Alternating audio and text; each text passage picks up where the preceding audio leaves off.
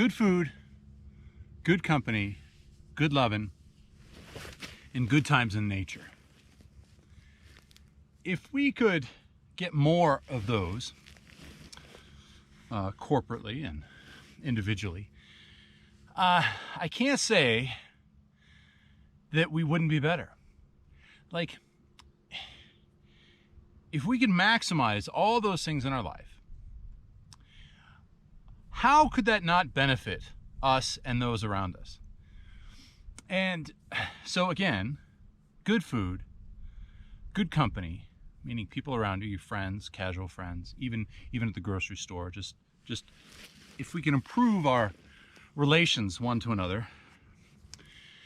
Let me see, good food, good company, good loving. I'll let that, and that can be anything. You have to decide what good loving is. And then good times in nature.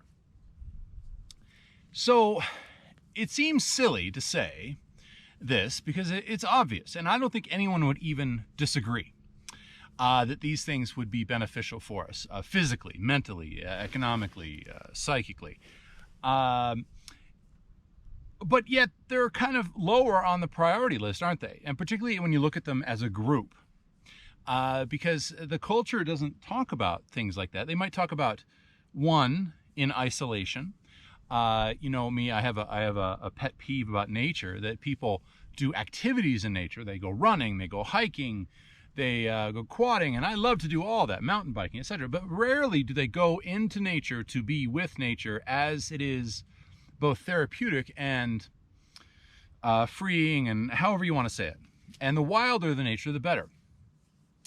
The further away you are from things that have been altered by the mind and hand of humans, somehow or another that's beneficial.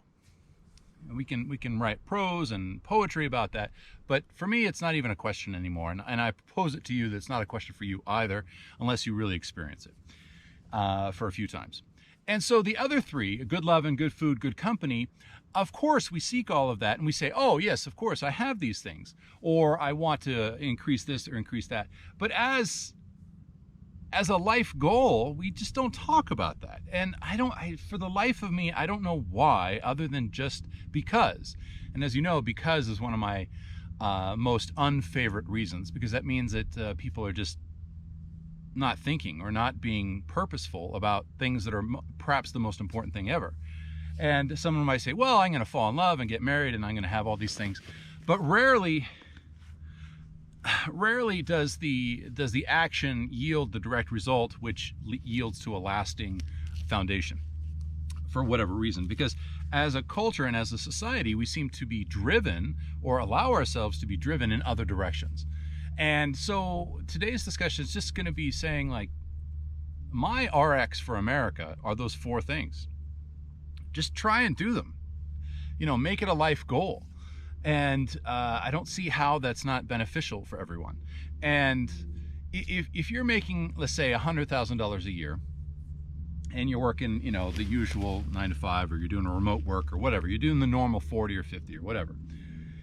If you could make $80,000, but you could pretty much increase all of those factors: food, family, company, good loving, nature time, I posit to you that your life would probably be much better than just the loss of the 20 grand. But somehow or another, if you were to accept a promotion for 120 grand or 140 grand, you would probably have those levels come down. I mean, maybe the food would go up because you go to fancier restaurants. But if the food goes up, like you have fancier food, it's unlikely you're going to have company and good loving and wild time in wild nature. These things are probably going to go down. So, it's for everyone to answer for themselves how to do this. But this is my RX for America. And ask yourself, when you hear me talk about this, everyone in the audience, what was the first thing that flashed in your mind when you heard me say this? Aside from, something skeptical and cynical about me. But just the idea. If someone said to you, hey, you need to have more good sex, more good loving in your life, No one would argue that. But the first thing that flashes in your mind, analyze that, write that down somewhere, or just memorize it, or just keep it in your front of your consciousness for a while, and ask yourself, do I agree that this is one of the obstacles? Did I put that obstacle there? Did I agree that that is the case? That whatever it is that's preventing me? And what is preventing me from doing this? Is it an idea? Is it a thing? Is it a cultural phenomenon or a cultural characteristic? What is it? And if good loving is so beneficial, and no one argues that, I mean, I can't imagine who would argue. I don't even want to get into that. Then why isn't it happening more often? And just make a note of that. I don't want to say it. I have the belief, I think we're all on the same wavelength. Just put it down. Don't say it out loud, because somehow or another it's forbidden to say the thing that's absolutely obvious. Okay, so now let's go to food.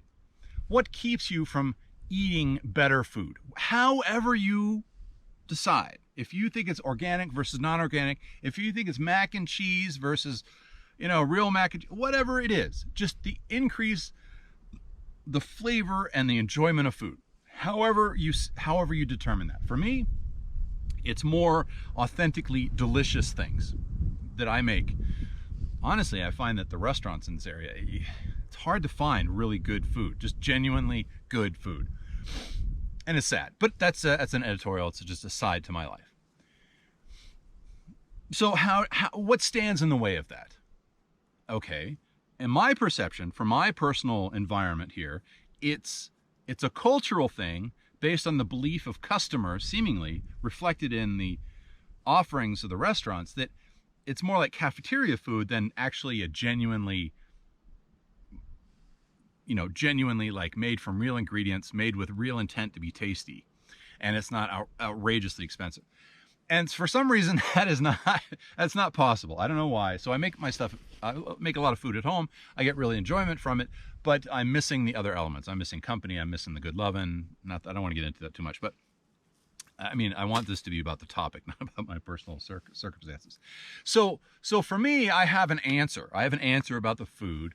And, I have these, so I can start to unwind and to philosophize and put these into understandings so that I can start to maybe make changes for me and for others, because I'm certain that others have these things, even though, let's come up with that hidden topic that we're not going to say, that hinders the change, that stands in the way of the change, or is a crucial element of change in the future and is responsible partly for the situation I'm in for my food.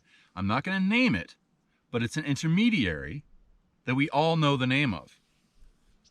And my question to you is, why have we surrendered so much of our existence to this intermediary? You know what I'm talking about. Good company. Yeah, pandemic this, pandemic that. Where is the good company? People sitting down for whatever purpose, having a good laugh, just enjoying each other's company and humanity, as ugly and as beautiful as it can be. I just don't see it. I don't see it. I miss it in my own life. I'm an outgoing, gregarious person. I have lived in my neighborhood for 2 years. I have one kind of friend. One. It's nuts. So I can't, as a neurotic, I blame myself, but there's something else going on. So again, it leads me to this intermediary, the unspoken intermediary, which is, I believe, a cause and effect to this, and a perpetuator of isolation, not a perpetuator of good company. Because I'm looking around, it's like, where's the good company? Where is it? In the bars? Well, a little bit.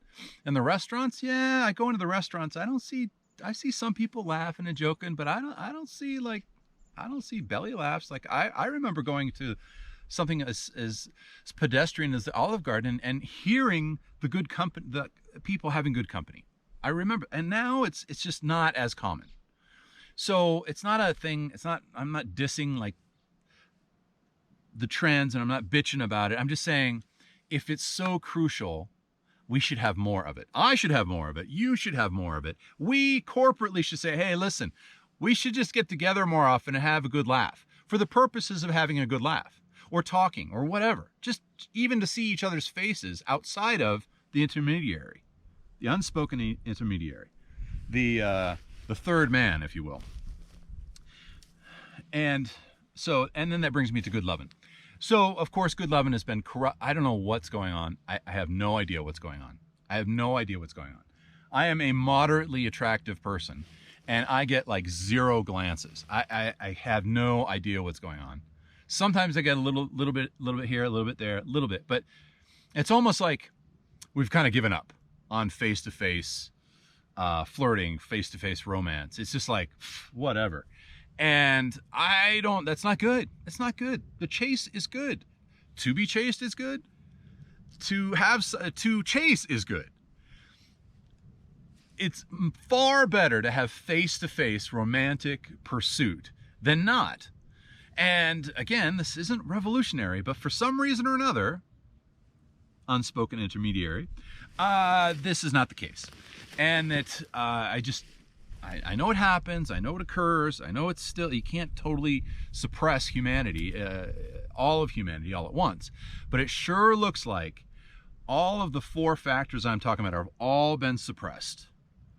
It's not as vibrant as it should be. It's not as vibrant as we need it to be. And as a result, as a people in the United States, we are suffering by this weight. This psychic, emotional, financial, political weight. Everything is going down. It's going down in enjoyment levels. And maybe you see a little peak here and a little peak there and a little this, but you can't say that like everyone is having a better, richer life. I just do not see that. I do not see that. Maybe it's incrementally better, but I just do not see that we have reaped the benefits of our lives, because I think that we're sowing seeds in the wrong place. Unspoken intermediary. So identify those 4 categories. Say yes, of course we want that, blah, blah, blah, and identify the obstacles that pop up in your mind. Analyze whether it's psychological, emotional, financial, political, whatever it is, geographical. It could be any of those things, right? And start analyzing, well, if these things are so important, then why don't I have more of them? And know that at least there's some other guy out there who's saying, like, listen, we need to be more of this because this is who we are. This is the best of us for all of us. Not just some theoretical advantage, that some graph on some newscast or some talking head show. This is tangible stuff that no one would disagree with. So why, if no one disagrees, why don't we have more of it? It's for each of us to answer corporately. For me, it's me babbling on the mountaintop to a GoPro, which I have to post online, because if I said this in person to someone, they would probably flip out. Unspoken intermediary causing conditioned responses to critical thought. So there you go. Try to map it out on your own. I'm mapping it out as I go. I think it's at the very tippy top that the psychic, emotional, spiritual top has been corrupted, and there's a weight on there, because there's something that's bothering all of us. There's something in between all of us, and that's not good. Just because there's some benefit doesn't mean it's maximal benefit. When I was in Russia, just after the fall of communism, I mean, you could say it was still communistic. I mean, there were still Lenin pictures on the walls, for Christ's sake, to mix metaphors. People would walk on the street with fear in their eyes. They would not look at you directly. They would say, oh, look, there's an American. And they'd look away like this. And you could see that neighbors would not look at each other on the street. They would greet each other in an elevator or stairwell or whatever, or the grocery store, but they weren't really meeting each other as free humans. And we could say, well, this is the political structure. And it was.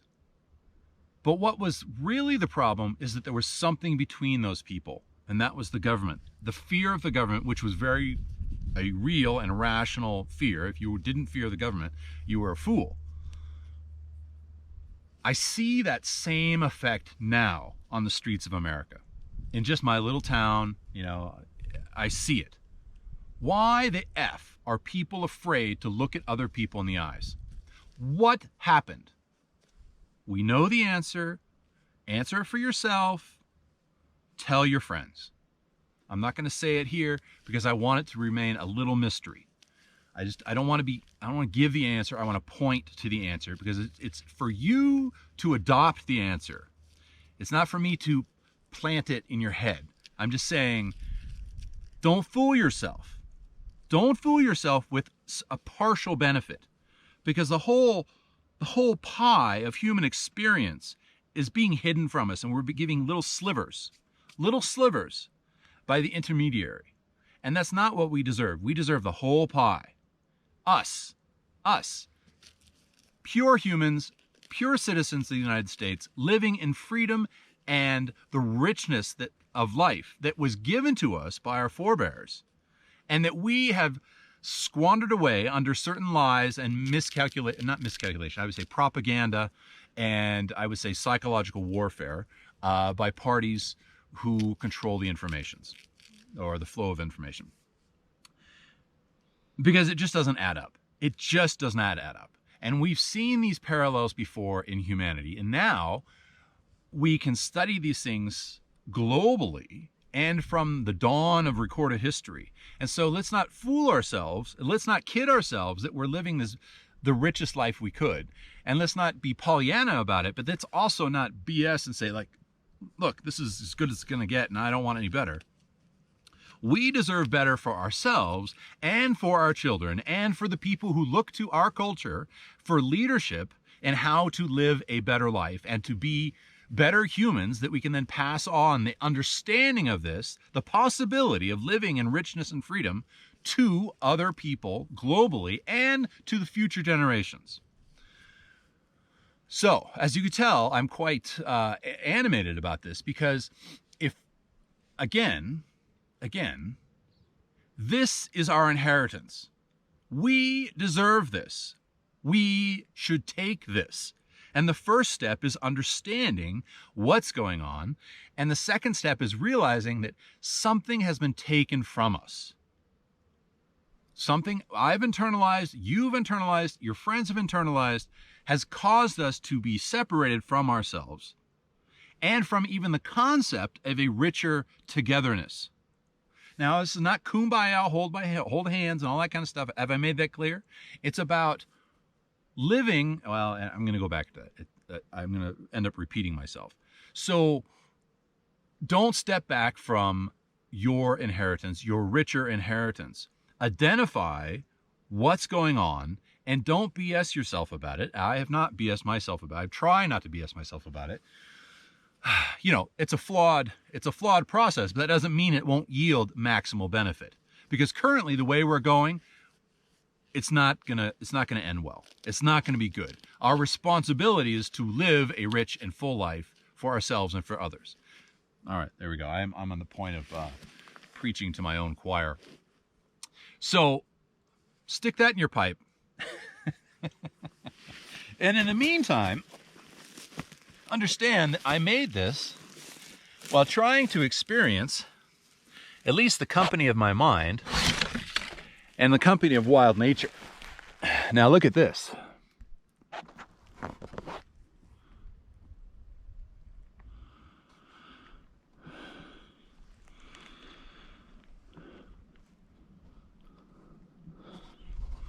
I ruin it with my face, but isn't that awesome? Dude, it's the best out here, the best. The soul's tuning fork is wild nature. All right, take care and live free.